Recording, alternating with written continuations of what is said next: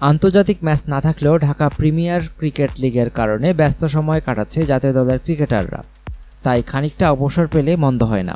তাই সবাই মিলে সেই অবসরের সময়টা যদি কাটে সাকিব আল হাসানের বাড়িতে, তাহলে তো কথাই নেই। রোববার রাতে সাকিবের বাসায় বসেছিল ক্রিকেট তারকাদের মেলা। সাবেক ও বর্তমান মিলে এক আনন্দঘন পরিবেশ, চলছে আড্ডা, ছবি আর সেলফি তোলা, সবই ছিল সেখানে। তাসকিন আহমেদ তার সামাজিক যোগাযোগ মাধ্যম ফেসবুকে রোববার রাতেই কিছু সেলফি ও ছবি পোস্ট করেছেন। ক্যাপশনে লিখেছেন, দারুণ সময় কাটছে সাকিব আল হাসান ভাইয়ার বাসায়।